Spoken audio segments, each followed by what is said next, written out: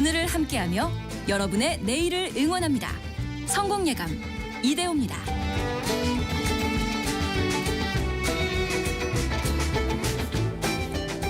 성공예감 이대호입니다. 2부의 문을 열겠습니다. 12월 26일 목요일 오전 10시 5분 함께하고 계시고요.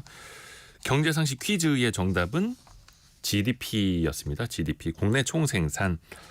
어떤 뉴스를 전해드렸었냐면요. 최근에 일본 언론에서도 이제 공식화한 건데 2023년도 기준으로 대한민국의 1인당 GDP가 일본을 넘어섰다라는 소식 알려드렸죠.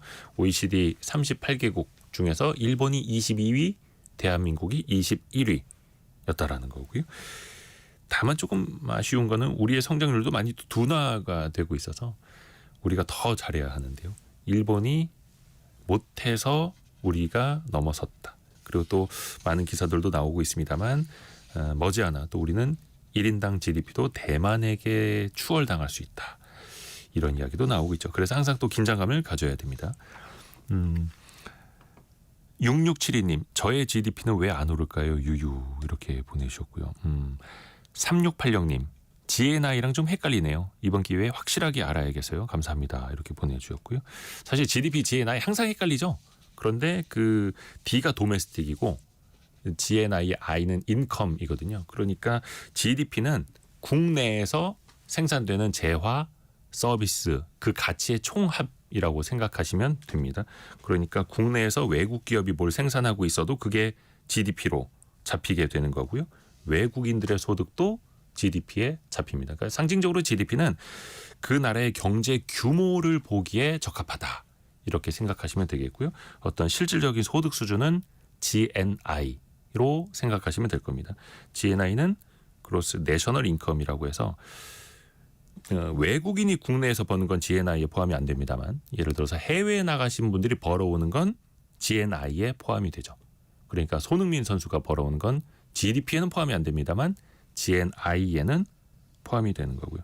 그래서 이제 GDP 중심으로 세계 경제 규모로 이제 비교하게 되는데 우리나라는 아시다시피 제조업, 수출 중심의 국가인데 그 제조 공장들이 동남아로, 미국 등지로, 유럽 등지로 빠져나가고 있지 않습니까? 그래서 우리나라 입장에서 봤을 땐 GDP 성장률이 갈수록 더 어려워질 수밖에 없는 그런 환경에 놓이게 되는 거죠.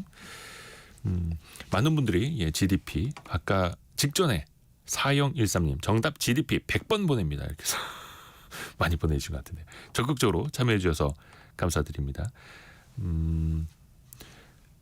7946님이 자영업자인데요. 경기가 안 좋아서 저희 소득은 줄었습니다. 이렇게 보내주셨네요. 그렇죠. 그러니까 사실 GDP에도 소비, 투자, 순수출 이렇게 들어가게 되는데 소비도 정부 소비도 있습니다만 민간 소비도 이 중에 또 중요한 하나의 축이 되기도 합니다. 그래서 소비도 늘고 투자도 늘고 수출도 잘 돼야 GDP도 늘어날 수 있다는 것 상식적으로 알려드리고요.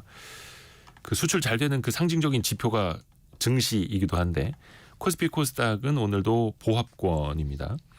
코스피는 0.2% 오른 2445, 코스닥은 0.02% 내린 679.98 가리키고 있고요. 시가총액 상위 종목들 중에서는 하이닉스가 1.4% 반등하고 있고요. HD 현대중공업이 7%, 고려아연은 10% 오르고 있네요. 좀 변동성이 많은 그런 고려아연의 흐름이고요. 그 이제 경영권 분쟁이 있으니까 펀더멘털대로 지금은 좀 움직이지 않는 그런 흐름들이 보이고 있습니다. 오늘은 조선주가 좋네요. 조선주가 좀 많이 오르고 있고 코스닥 내에서는 에코프로 BM, 에코프로가 한 3% 안팎 떨어지고 있고요. 리가켄바이오가 3.8% 오르는 등 바이오주 일부 종목에 따라서 좀 엇갈리는 흐름들이 나타나고 있습니다. 원달러 환율은 1460원을 넘어섰는데요. 아이고, 원화가 계속 약세로 가고 있습니다. 1461원 이 시각 현재 가리키고 있네요. 1450원을 넘어섰던 거. 그리고 계엄령 발표되자마자 야간 시장에서 1442원을 올랐었는데 그 이후에도 원화 약세는 멈추질 않고 1460원대까지 가고 있습니다. 우리의 체질, 경제 체질이 많이 떨어지고 있다라는 뜻이겠죠. 또 소비나 투자에 대해서도 여러 가지 생각을 하게 되는 경제 상식 퀴즈도 내드렸습니다만 우리 가정부터 사실은 잘 챙겨야죠. 가계, 기업, 정부 3대 축이 잘 돌아가야 하는데 우리의 가정도 꼼꼼하게 잘 챙겨보시죠. 특히 김경필 머니 트레이너와 함께하는 돈줄 상담소 저희 게시판 열려있는 거 아시죠? KBS 1라디오 성공예감 이대호입니다. 홈페이지 들어오시면 돈줄 상담소 게시판이 있거든요. 최근에 좀 사연들이 많이 올라오고 있는데요. 특히 재정 상황을 꼼꼼하게 적어주실수록 채택되실 확률이 높아집니다. 선물도 뭐 한 개, 두 개 이렇게 드리질 않습니다. 한 3종 세트 정도는 드리죠. 저희가 에어프라이어, 진동 마사지기 이거 아마 피부에다 하는 거라고 알고 있는데 LED 스탠드까지 꼼꼼하게 챙겨드립니다.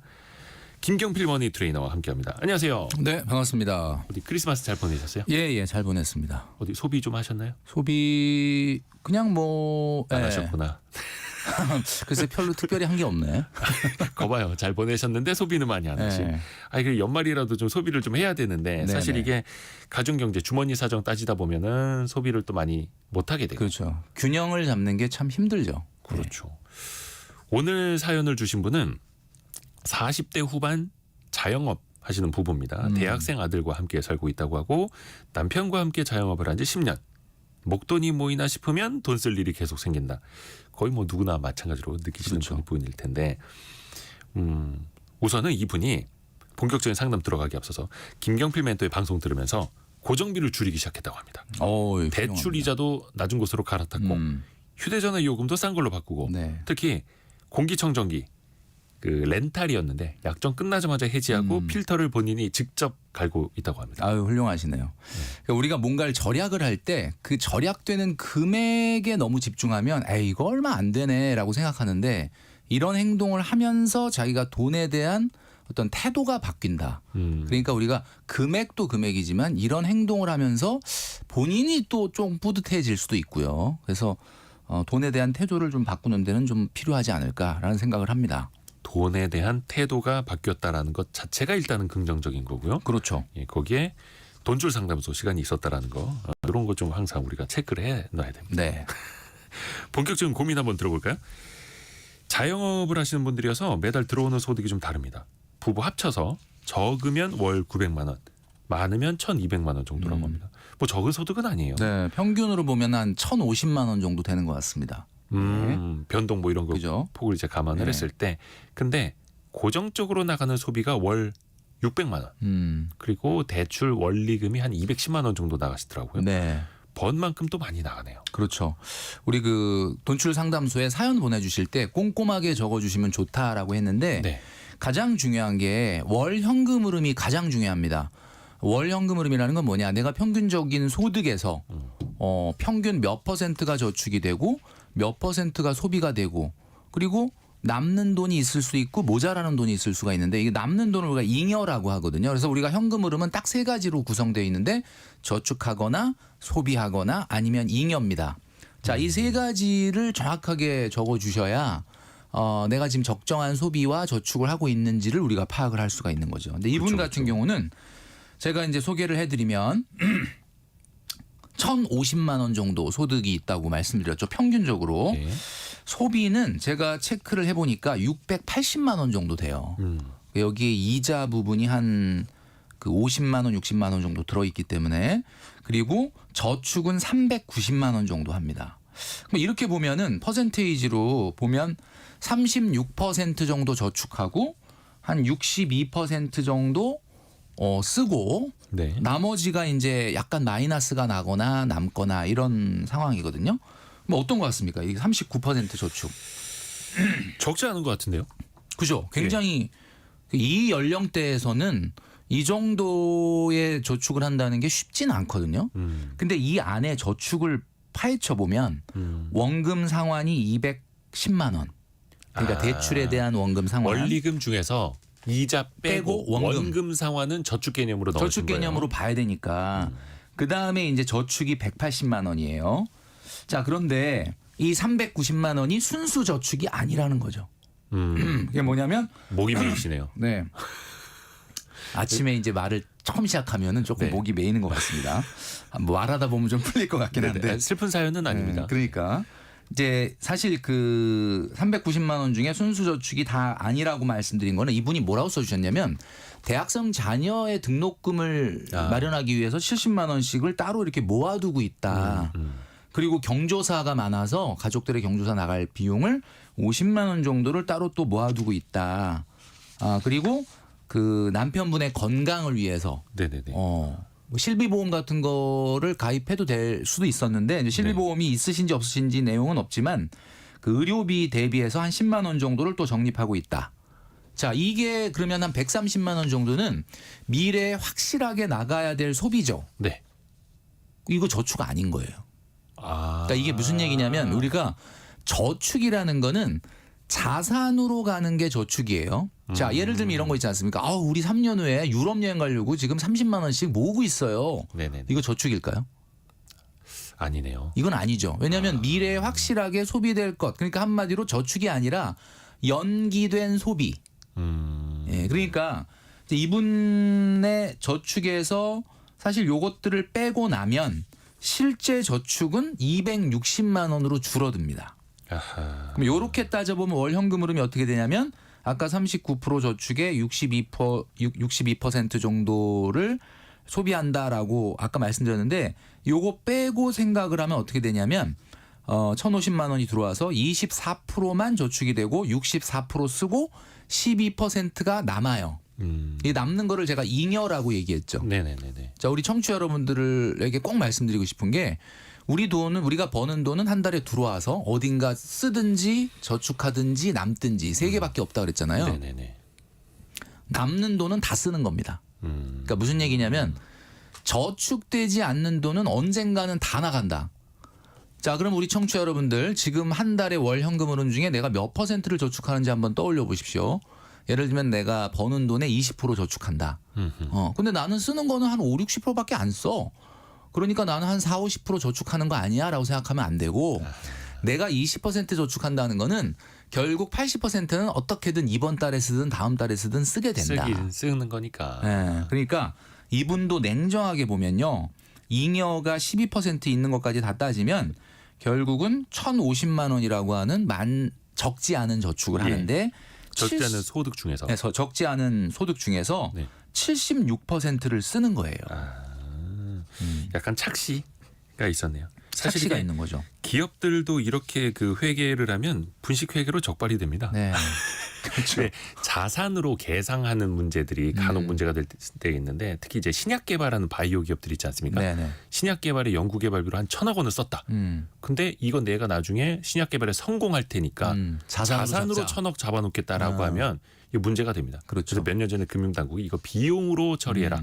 그렇게 되면서 바이오 기업들의 실적이 일거에 악화됐던 적이 있거든요. 그렇죠. 그러니까 우리 개인 자산 월 현금 흐름을 우리가 계산할 때도 우리 청취자 여러분들이 꼭 기억하셔야 되는 것은 결국 세 가지다. 우리가 월 현금 흐름에서 벌어들이는 돈이 어딘가 쓰이든지 저축되든지 남든지인데 남는 금액은 다 쓰게 되니까 결국 저축하는 금액을 빼고는 다 쓰는 거다. 요렇게 계산을 하셔야 뭔가 내가 제대로 하고 있는지 안 하고 있는지가 좀 어떤 느껴지겠죠. 근데 이분 같은 경우는 40대에 지금 소득도 낮지 않고 자산도 이분이 아주 없진 않거든요. 송파구에 30평 아파트를 가지고 계세요. 물론 대출이 조금 있긴 하지만 그렇지만은 노후 준비를 걱정하시는 이 상황에서는 요거보다는 조금 더 노후 준비를 위해서 저축을 약간 높이면 좋겠다라는 아쉬움은 있습니다. 그러네요. 그 아쉬움이 또 들 부분이 여기서 나옵니다. 청취자 여러분도 어떻게 생각하시는지 좀 글 좀 올려주세요. 대학생 아들에게 용돈을 주고 있는데 월 100만 원씩 주고 있다고 합니다. 대학생 아들에게 월 100만 원씩 용돈. 근데 이게 물가가 또 올랐다라고 하면서 그 용돈을 더 올려야 한다라고 아드님이 호소를 한다고 하네요. 어떻게 생각하십니까? 우리가 학교를 일주일 내내 가지는 않지 않습니까? 보통 수업이 있는 날도 있고 없는 날도 있고 만약에 5일을 다 간다 그래도 한 달이면 20일인데 네. 그렇게 따지면 하루에 거의 얼마입니까? 5만 원씩 나가는 거예요. 이게 아마 이 대학생분들이 이 방송을 들으시면은 항변하실 것 같아요. 요즘 물가가 얼마나 비싼데 학식도 요즘 6,000원, 7,000원 한다. 그리고 나가서 커피 한 잔 마시고 친구하고 어딜 간다 그래도 비용이 들고 혹시 또 뭐 예를 들면 데이트할 일이 있다거나 그러면은 또 돈이 들 수도 있고 그러니까 100만 원이 많은 건 아니다라는 거는 저도 10분 이해는 하는데 제가 이제 말씀드리는 거는 자녀가 20세가 넘었다라고 한다면 들어가는 비용에 대해서 전적으로 부모님이 지원을 한다라는 컨셉으로 가시면 절대 안 됩니다. 이게 왜 그러냐면 돈이 많이 든다는 거는 당연히 이해는 하는데 그 부분에 대해서 부모가 자녀에게 100% 지원한다. 지금 이분이 아까 제가 말씀드렸지만 등록금 70만 원을 매달 등록금 대비해서 적립을 하고 있다 그랬잖아요. 네. 그럼 이 얘기는 무슨 얘기냐면 이 자녀는 학자금 대출을 받지 않고 전적으로 100% 등록금을 부모님한테 지원받는다는 얘기고 네네. 그다음에 용돈도 100만 원씩 매달 지원을 받는데 거기에 휴대폰 요금까지 부모님이 내주고 계세요. 그러니까 100만 원 플러스 휴대전화 비용. 에다가 등록금 적립까지 하면 월 180만 원 정도를 매달 자녀한테 쏟아붓고 계시는 건데 성인인데. 이렇게 되면 저는 개인적으로 자녀의 경쟁력 확보에 도움이 되지 않는다. 이런 생각이 드는 거죠. 이정옥님이 우리 대학생 막둥이는 월 30만 원인데 알바하면서 보충하고 있어요. 이렇게 보내주셨고 네. 최경민님은 서울에 있는 학생 자녀에게 용돈으로만 40만 원 줍니다. 기숙사비 식비는 별도고 이렇게 보내주셨고 엄청나게 모자랄 텐데 그게 약간 결핍을 유도함으로써 젊은 시절에 결핍을 유도함으로써 본인이 그것을 극복하고 메우고 노력하는 자세로 경쟁력을 끌어올리게 하기 위한 하나의 방안이거든요. 그러니까 부모님들 같은 경우는 뭐 자녀들에게 다 해주고 싶은 마음은 있겠지만 아이의 자녀의 경쟁력을 끌어올린다는 차원에서 이렇게 약간의 결핍을 유도하실 필요가 있어요. 1927님은 무슨 대학생이 용돈 100만 원을 받습니까? 저희 애들 2명 대학생인데 본인들이 알바를 해서 본인들이 다 해결합니다. 너무 철이 없네요. 이렇게. 오늘은 청취자분들이 혼쭐을 내시네요. 아니 근데 이게 가정 사정마다 다르죠. 그렇죠. 속사정은 우리가 알 수가 없죠. 그렇죠. 또 개개인의 성향이나 또 어떤 공부를 어떻게 하는지 시간이 어떠한지 우리는 거기까지는 모르겠습니다만. 맞아요. 근데 저도 한 달에 100만 원은 안 쓰거든요. 저도 그 얘기 하려고 했는데 직장인도 그 정도 안 쓰는데. 안 씁니다. 그렇죠. 점심값 저녁값 뭐 합쳐도. 야, 뭐 하여튼간. 근데 여기서 끝나질 않습니다. 이거 누구를 막 탓하려고 하는 거는 아닙니다만 네네네네. 우리 사연자분께서 적어주신 겁니다. 가끔씩 대학생 자녀가 고가품, 비싼 가방을 가끔 사달라고 조르는데 사주신다네요. 아이고 이거 참. 난 모르겠다. 네. 사실 최근에 장성한 자녀들이 독립하지 않고 부모님과 함께 거주하는 것 우리가 흔히 캥거루족이다라는 것이 이제 사회적인 네네네. 그런 문제가 되고 있는데 독립시키는 게 맞죠. 근데 다만 이제 우리 청취자 여러분들 중에 이 얘기를 듣고 그래? 그 결핍을 유도하는 게 경제 개념을 끌어올리는 데 도움이 된다고 하면서 바로 끊으시면 안 돼요. 그러니까 이게 지원이라는 거는 당연히 부모니까 자녀에게 해줘야 된다라는 인식을 우리 자녀에게 심어주지 마시고 다만 나도 좀 너무 과다하게 우리 자녀에게 용돈을 준다고 느끼시면 줄이시는 건 맞는데 시간을 두고 로드맵을 짜서 자녀하고 대화를 통해서 점진적으로 좀 줄여나가는 게 필요하지 이 방송 들으셨다고 해서 야 그래? 이러면서 그냥 야 다음 달부터 용돈 안 줘 이렇게 돼버리시면 안 되는 거죠. 그럼 바로 이제 금쪽이 되는 거죠. 그렇죠. 길거리에 들어눕죠. 21살짜리 대학생 아들이. 그렇죠.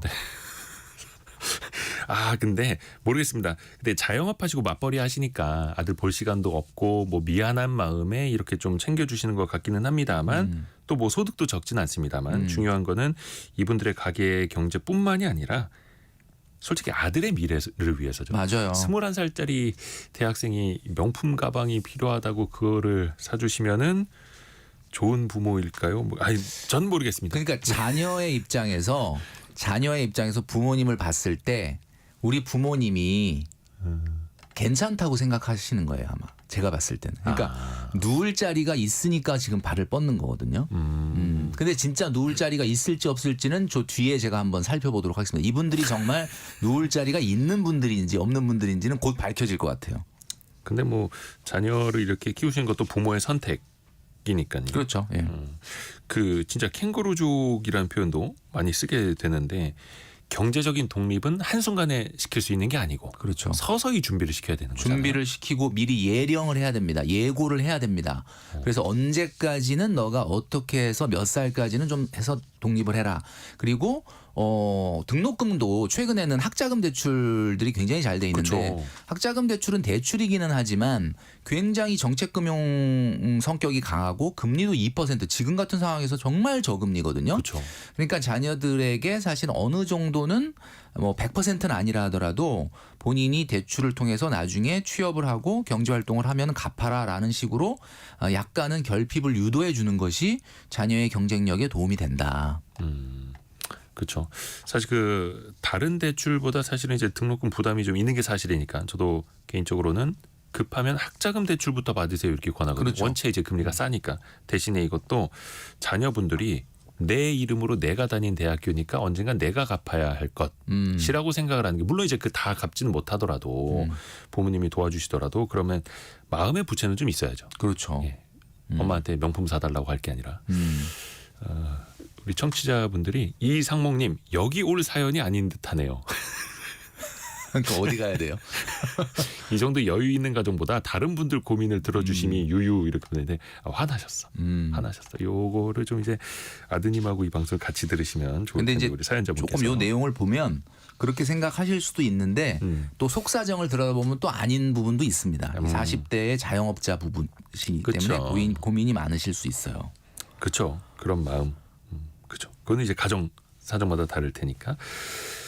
근데 어떻게 저희가 질문 드리는 게 순서가 이렇게 가네. 양가 부모님께도 용돈을 드린다고 합니다. 필요하다면 목돈을 이제 척척 쓰게 되는데 친정엄마 얼굴 리프팅 시술비도 도움을 주고 계시고요. 어떻게 보셨어요? 더 화가 나실 것 같은데 이거 다 들으시면서. 이거 어떻게 봐야 되나? 근데 저도 이제 요 내용을 보고 나서 부모님이 생활이 어려워서 드리는 어떤 생활비다. 그러면은 뭐 그거는 어쩔 수 없는 부분이 있을 수가 있지 않습니까? 그런데 지금 뭐 친정엄마 얼굴 리프팅 시술비 뭐 안 해드리면 좀 약간 섭섭해하시고 뭐 이런 얘기를 적어주셨는데 네. 요거는 자녀하고 똑같은 것 같아요. 그러니까 자녀나 부모님이나 그러니까 이분들이 제가 이제 요 내용을 좀 말씀드리면 이분이 이제 겉으로 보기에는 굉장히 좀 괜찮아요. 왜냐하면 소득도 그래도 한 1,000만 원 정도면 나쁜 편은 아니고 아까 송파구에 30평 정도 아파트가 있다 그랬는데 글쎄 이 송파구가 송파구 안에서도 뭐 이게 잠실이면 엄청나게 비쌀 텐데 뭐 이게 혹시 뭐 재건축 관련된 아파트라고 아까 여기 써주셨는데 이게 뭐 잠실 5단지다 그러면 거의 30억 가까이 될 텐데 그게 아니라고 하더라도 최소 15억 이상은 될 것 같고요. 네네네. 거기에 이런 분들이 도대체 무슨 고민이 있냐라고 청취자분들이 얘기하실 수 있지만 이분의 내용을 보면 대부분의 우리 40대 대한민국의 가장들이 마찬가지지만 집 외에는 별로 자산이 없어요. 그럼 이게 뭐가 문제가 되냐면 야 무슨 그게 왜 고민이야. 15억 넘는 자산이 있는데 라고 이야기하실 게 아니라 집을 빼면은 특별한 자산이 없다라는 얘기는 결국 대한민국의 가장 큰 문제가 우리가 요즘 최근에 노후 준비에서 가장 화두가 되고 있는 게 에이징 인 플레이스라 그래서 네. 노후에 가장 많은 사람들이 원하는 게 뭡니까? 자기가 거주하던 곳에서 노후를 보내고 싶다. 이거잖아요. 익숙한 곳에서. 그러니까 이분들이 뭐 조금 일반적으로 고가 주택을 갖고 있다 하더라도 그 생활의 커뮤니티가 다 거기 있기 때문에 거기서 노후 생활하고 싶은데 이 집을 자산을 유동화해 가지고 현금화하기는 좀 쉽지 않거든요.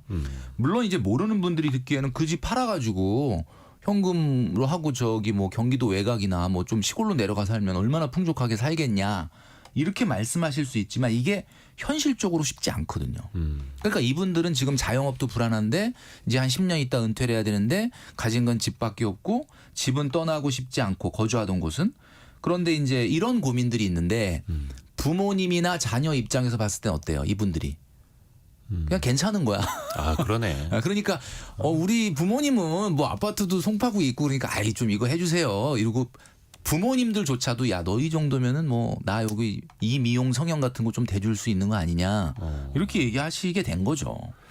지금 이제 오늘 돈줄 상담소가 아니라 혼줄 상담소가 될 정도로 뭐 이종욱님을 비롯해서 많은 분들이 이제 쓴소리 많이 보내주고 계시거든요. 이제 그 게시판에 어디 캡처를 떠서 사연자분께 보내드릴 수도 없고 그렇기는 합니다만, 근데 본인들은 그게 그렇게 부모님이나 아들에게 지원을 해주면서도 고민이고, 근데 반대로 부모님이나 아들의 관점에서 보면 아니 우리 부모님 여기 집도 있고 장사도 되고 소득도 되니까 이 정도 요청할 수 있지라고 또 보게 되는 거예요. 그렇죠. 그러니까 이게 속사정과 겉사정이 좀 다른 거고 제가 이분에게 이 사연자님께 말씀드리고 싶은 것은 이 정도의 자산, 그러니까 대출도 지금 이제 뭐 1억 조금 넘게 남아 계시긴데 많지 않아요.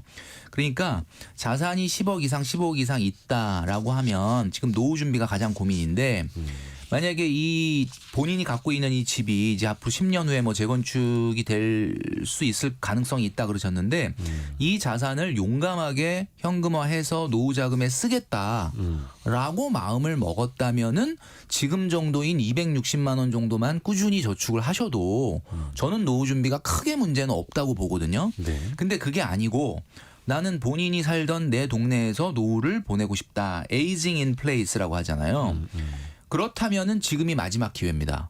이거보다는 조금 더 공격적으로 좀 더 자본을 모으셔야 돼요. 왜냐하면 집 외에는 지금 대출도 좀 남아 있고 거의 자산이 뭐 별로 없으시거든요. 그러니까 송파구면은 그래도 서울에서도 나름대로 집값이 좀 높은 그렇죠. 쪽이시잖아요. 그러니까 최소한 지금 소득이 이런 1,000만 원 정도 될 때 40% 정도. 그러니까 지금 260만 원이 아니라 한 350에서 400 정도까지는 돈을 노후 자금으로 모으실 수 있는 정도의 결단이 필요하다. 그렇게 그쵸, 말씀드리고 그쵸. 싶어요. 어떻게 보면은 왜 그 마처 세대라고 하지 않습니까? 네, 마처 세대. 마지막이자 처음인 처음인 세대. 세대. 부모 부양을 마지막으로 하게 되고 또 자녀에게 부양을 받지 못하는 첫 세대, X세대라고 하는데 노후 준비 이것도 사실은 또 되게 중요하고 빼놓을 수가 없는 거고 또 하나가 이제 식비 관련된 내용입니다. 근데 이분들이 이제 자영업을 하시다 보니까 저녁까지도 또 드셔야 되고 그래서 평일에는 항상 내외분이 도시락을 싸갖고 다니신대요. 그러다 보니까 식비, 생활용품 한 달에 한 210만 원씩은 쓰고 계시고 외식비로 한 달에 60만 원을 쓰고 계신다고 합니다. 그래서 합쳐서 260인데 우리 청취자분들 이제 돈줄 상담소에 그 사연 보내주실 때 제가 아까 말씀드렸던 것처럼 내 월 현금 흐름이 제일 중요하다 그랬잖아요. 얼마 쓰고 얼마 저축하고 얼마 남느냐. 그 구분할 때 외식비하고 쇼핑비는 분리를 좀 해주시는 게 좋아요. 여기 지금 이분 같은 경우 뭐라 그랬냐면 식비와 생활용품을 합쳐서 210만 원 쓴다 이렇게 하셨는데 네네네. 그러면 이게 많은 건지 적은 건지 우리가 알 수가 없어요. 왜냐하면 210만 원 식비 플러스 생활용품 그럼 생활용품을 150 쓰고 식비를 뭐 60 쓰신다는 건지 그죠? 그리고 또 외식비는 또 따로 별도로 이렇게 해놓으셨잖아요. 그러면은 식비와 생활용품과 외식비를 합쳐서 270을 쓰고 있다. 생활용품이라는 거는 뭐 기본적으로 비누, 샴푸, 뭐 집안에서 필요한 이런 것들이라고 봤을 때 제가 봤을 땐 식비가 한 200만 원 정도 되지 않을까 싶거든요. 그렇다면은 저는 우리가 엔겔 지수 많이 얘기하는데 네. 소득의 한 20% 정도를 식비로 쓰시는 거예요. 그러면 뭐 어마어마하게 이거보다 더 절약을 할 수는 있다고도 할 수 있겠지만 저는 이거 자체는 그렇게 어마어마하게 많이 쓰는 건 아니라고 보고 특히 그 배달 같은 거 시켜 드시지 않고 도시락을 싸 가신다라는 것을 보면 식비에는 커다란 문제는 없다. 3인 가구인데 한 200만 원 정도 그것도 1,000만 원 정도 소득이 있는 분이 식비를 한 200만 원 정도 내외 쓰신다라면 그 외식비 포함해서 네. 그러면 뭐 이거는 혼나야 될 정도로 많다, 심각하다, 막 줄여야 된다 이런 정도는 아닐 수준이 아닌가 싶습니다. 그래도 일을 하고 계시기 때문에 대부분 또 이제 사서 드시는 그런 그렇죠. 비중도 또 클 수밖에 없고 그 매달 미용실을 가거나 옷을 사는 비용도 좀 나가더라고요. 네네. 오히려 이 부분이 좀 크세요. 그러니까 매달 미용실 비용으로 뭐 구체적으로 어떤 걸 하는지를 써주셨는데 뭐 뿌리 염색이나 커트나 뭐 이런 걸 하신다 그랬는데 네. 15만 원, 그다음에 의복비가 매달 50만 원 이렇게 나간다 이렇게 해주셨는데 기본적으로 그 문화 레저 비용을 제가 항상 월 소득의 10% 이내로 써라라고 말씀드렸잖아요. 네. 문화 레저비라는 거는 취미, 운동, 그다음에 뭐 이미용, 성형 이런 것들 뭐 성형까지 집어넣기는 좀 그렇고 이미용 뭐 이런 정도의 비용을 이야기하는 건데 네. 그런 걸로 봤을 때는 뭐 크지 않은데 의복비라는 게 이제 의상, 네. 옷 사는데 매달 50만 원 정도 쓴다라고 하면 개인적으로 제가 봤을 때는 요건 연간으로 얘기하면 600만 원 정도 되잖아요. 요거는 조금 과하다. 많은 게 아닌가라는 생각이 들긴 합니다. 그러게요. 요런 게 계속 이제 쌓이면서 또 어마어마한 소비가 또 되는 거죠. 근데 저희가 앞부분에 돈주 상담소 들으시면서 이분들이 통신비도 좀 저렴한 걸로 갈아탔다라고 말씀을 네네네. 드렸잖아요. 근데 이게 저렴한지 한번 봐주세요. 통신료, 본인 휴대폰, 기기 할부 포함해서 78,000원. 네. 남편 휴대폰 4만 원, 집 인터넷 37,000원, OTT 비용이 13,500원. 본인 휴대전화가 월 78,000원. 싼 거는 아닌데. 저 그러니까 아이들 폰인 이게 줄 알았거든요. 일반적으로 상대적인 거잖아요. 다 상대적인 건데 제가 봤을 때는 이 비용 정도로 사용하시는 분들이 굉장히 많죠. 근데 최근에 줄였다라고 했는데 이렇다는 거는 사실 그죠. 줄였다고 보기에는 그걸 감안하면 좀 많은 것 같습니다. 통신비 자체는 낮은 걸로 선택을 했지만 기계값 때문에 합치면은 또 많이 나오는 걸 수도 있어요. 이게 그 통신사들이 굉장히 억울해하는 거거든요. 그러니까 RPU라고 1인당 평균 매출 따져보면은 20년 전이나 지금이나 거의 비슷해요. 통신비도 오르지 않았어요. 오히려 내려갔는데 기기값까지 사람들을 합쳐서 생각을 하다 보니까 그러니까요. 내가 핸드폰 바꿨는데 통신요금이 10만 원이야. 근데 사실 그 절반 이상이 기계값일 수도 있거든요. 그러니까 그동안에 우리가 통신사들의 주가보다는 기기사들의 주가가 훨씬 많이 오른 이유가 그거 아니겠습니까? 그러니까 일반적으로 봤을 때 제가 처음에도 말씀드렸지만 이런 거를 절약해서 4만 원, 5만 원 절약한다고 뭐 1년에 뭐 50만 원, 60만 원 그게 큰 돈이겠느냐라고 생각하지 마시고 네. 이러한 것들의 행동을 하면서 스스로 돈 5만 원, 10만 원의 소중함을 느끼는 돈에 대한 태도를 바꾸는 것이 우리가 새는 소비를 막을 수 있게 되는 거고 그런 어떻게 보면은 그런 태도가 돈을 모을 수 있는 어떻게 보면 힘을 기르게 된다. 이렇게 말씀드릴 수 있는 거죠. 돈에 대한 태도. 역시 태도가 중요합니다. 또 이분들이 그 병원이나 아니면 약값 또 비타민 같은 건강 기능식품값도 한 달에 한 10만 원 정도 쓰고 계시다고 합니다. 또 의료비 통장을 따로 만드셨다고요. 네, 10만 원씩. 예. 이것도 굉장히 좋은 것 같아요. 실손보험료에서 우리가 실손보험을 가입했다 그러면은 의료비 같은 경우에 뭐 그래도 80~90%를 다시 환불을 받을 수 있지만 기본적으로 이렇게 10만 원 정도 수준이라면은 물론 이걸 저축으로 우리가 인정을 하긴 어렵죠. 왜냐하면 어차피 나중에 쓸 거니까. 그렇지만 굉장히 그건 현명하게 잘하고 계시는 것 같아요. 예. 근데 그 앞에서도 잠깐 말씀드렸습니다만 이분들에게도 원리금 나가는 게 있습니다. 매달 한 200만 원 조금 넘어요. 네네. 물론 이제 대출 잔액이 많지는 않다고는 합니다만 매달 200만 원 넘는 그 상환 속도. 요거는 소득 대비로는 그래도 많은 비중은 아니에요. 그렇죠. 예, 그 대출 잔액이 주담대가 1억 2천 남아 계시고 그다음에 자영업자니까 코로나 시기에 그 정부 지원 대출을 좀 받으신 것 같은데 그게 잔액이 2천만 원 남아 있습니다. 그런데 이제 상환 금액은 뭐 200만 원 넘게 하는데 여기에 보면 이자가 제가 정확하게 이자율을 써주시진 않았지만 계산해 보면 이자가 한 5~60만 원 정도 되고 나머지 원금 갚으시는 것 같거든요. 그러니까 이제 좀 칭찬하고 싶은 부분은 네. 그래도 이렇게 소득이 높을 때 다 쓰지 않고 원금의 비중을 높여가지고 이렇게 원금을 계속 상환하고 있다는 건 이거 그래서 제가 아까 이걸 다 저축으로 계산을 해 놓은 거예요. 그래서 아까 390 그다음에 이제 순저축은 260만 원 정도인데 그 안에 원금 이자 말고 원금 갚는 게 거의 200만 원 가까이 된다.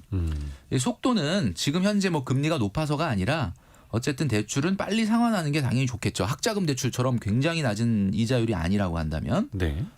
굉장히 그거는 바람직하다라고 볼 수 있을 것 같습니다. 또 하나가 정말 많은 자영업자분들이 공감하실 내용인데 뭐 소득이 한 달에 뭐 1,000만 원을 넘기는 하지만 가족 여행을 7년째 못 가고 계시다고 합니다. 거의 뭐 쉬는 날도 거의 없는 거죠. 그렇죠. 자영업자분들은.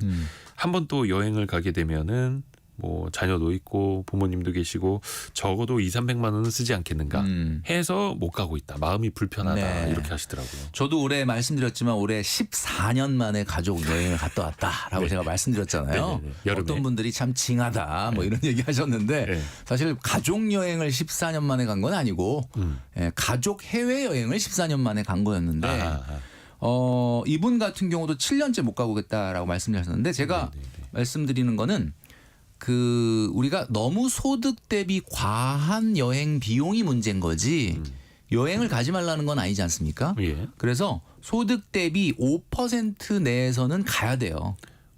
그러니까 5%. 그러면 이분 같은 경우는 예를 들면은 월 소득이 1,000만 원 정도 되니까 네네네. 최소한 한 600만 원 정도 연간으로죠. 연간. 한 번 연간으로? 여행이 아니라 한 번 여행은 아니고 예, 합쳐서? 연간으로 합쳐서 국내외 포함. 그렇죠. 국내외 다 포함해서 우리가 여행을 일반 직장인들 같은 경우는 뭐 상반기에 한 번, 하반기에 한 번 연휴 있을 때나 휴가 때 가지 않습니까? 네네네. 이제 그런 정도 5% 이내로는 좀 갈 필요가 있다. 그러니까 이제 이분 같은 경우는 사정상 이제 아무래도 자영업 하시니까 못 가셨지만 앞으로는 좀 가셔라. 이거는 써야 된다. 이 정도는 써야 된다라고 말씀드리고 싶어요.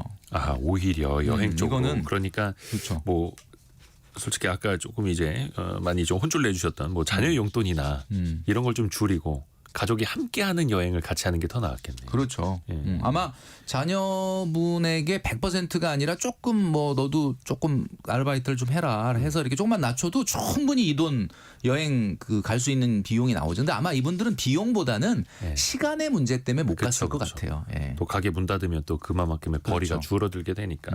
그리고 또 뭐 자녀분이나 이런 데다 쓰는 돈보다 본인들을 위한 그 여행 비용은 또 더 아깝게 느껴지고 또 그렇게 되는 거죠. 아까 잠깐 그 저축 이야기도 했습니다마는 이분들이 월 180만 원 정도. 근데 통장도 하나씩 두 개씩 좀 쪼개고 있다고 합니다. 예. 쪼개서 좀 구분을 하고 용도에 있고. 낮춰가지고 뭐 세금 납부용으로도 하시고 그다음에 의료비 대비 경조사 대비 다 좋은데 아까 제가 총량적으로 한번 분석을 해드렸잖아요. 네네. 기본적으로 노후 자금으로 쌓이는 저축은 별로 없어요. 그러니까 이제 왜 그러냐면은 경조사 대비 경조사가 많다고 하시니까 경조사 대비 50만 원 이거 저축일 수 있지만 저축이 아닐 수 있고 나갈 거니까. 네네.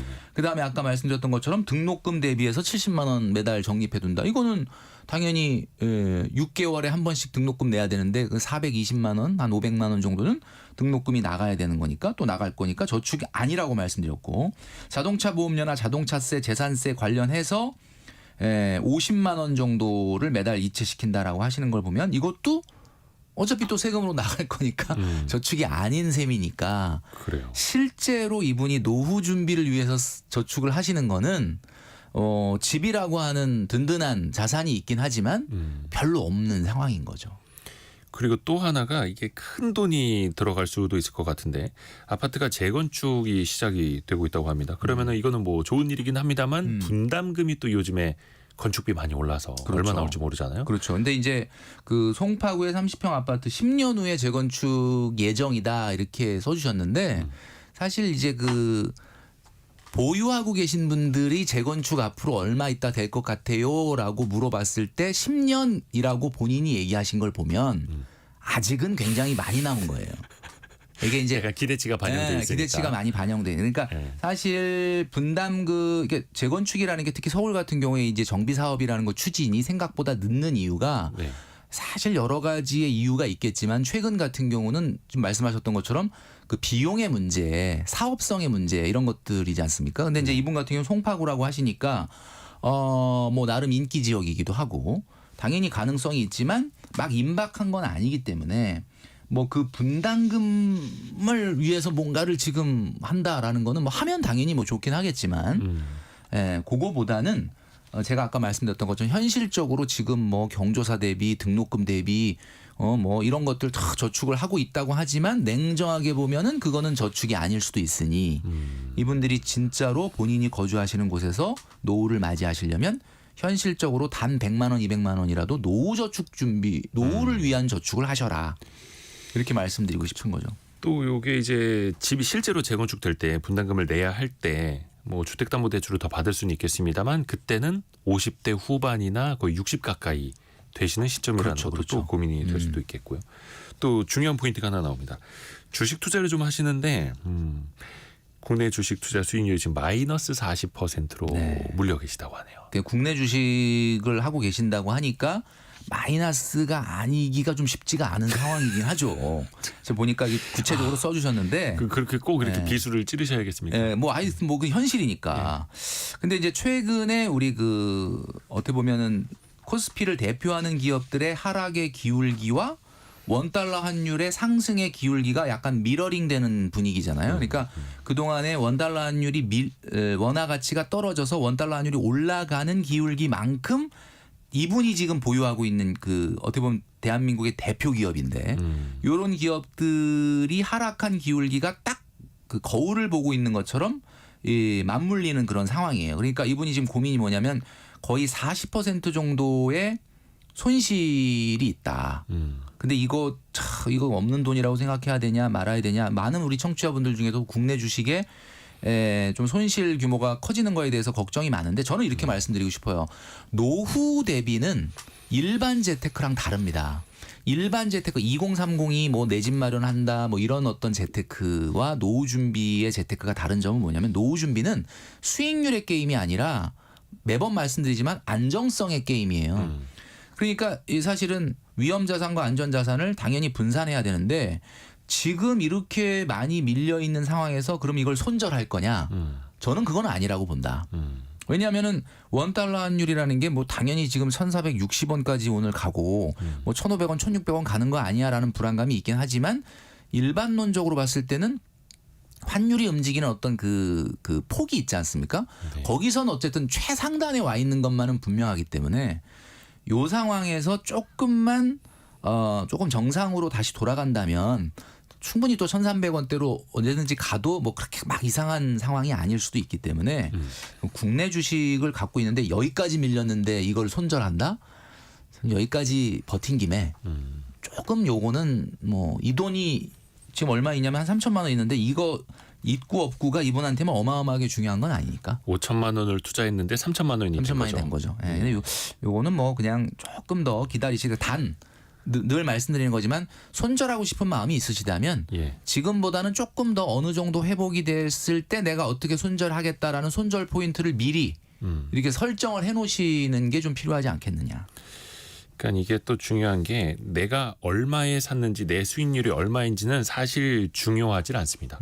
딱 지금 그 가격을 봤을 때 현재 주가로 내가 만약에 처음 봤다면 이 주식을 이 주가로 살 것인가를 따져보시면 충분히 돼요. 싸다고 느꼈겠느냐. 지금 가격에. 네, 그러면 지금 걸 내가 살 수 있는 가격인데 그 가격으로 판다라는 건 또 어떻게 보면 남 좋은 일을 시키는 거고. 그렇죠. 그래서 네. 이게 만약에 급한 돈이어서 어쩔 수 없다라고 하면은 말 그대로 어쩔 수 없겠습니다만 기다릴 수 있는 여유 자금이다라고 하면은 좀 버티는 것도 하나의 뭐 지금 시장에서 나온 악재는 예상할 수 있는 악재는 이미 다 나왔는데 물론 새로운 악재가 등장한다는 그런 어떤 그 변수만 없다면 오히려 이게 어느 정도 좀 바램 같아서는 좀 이 국내 주식의 저평가가 조금 진정되는 것을 좀 기대를 해봐야 되겠죠. 그러니까 이분 같은 경우는 조금 더 기다리시는 것이 맞지 않을까라는 개인적인 의견을 드리고 싶습니다.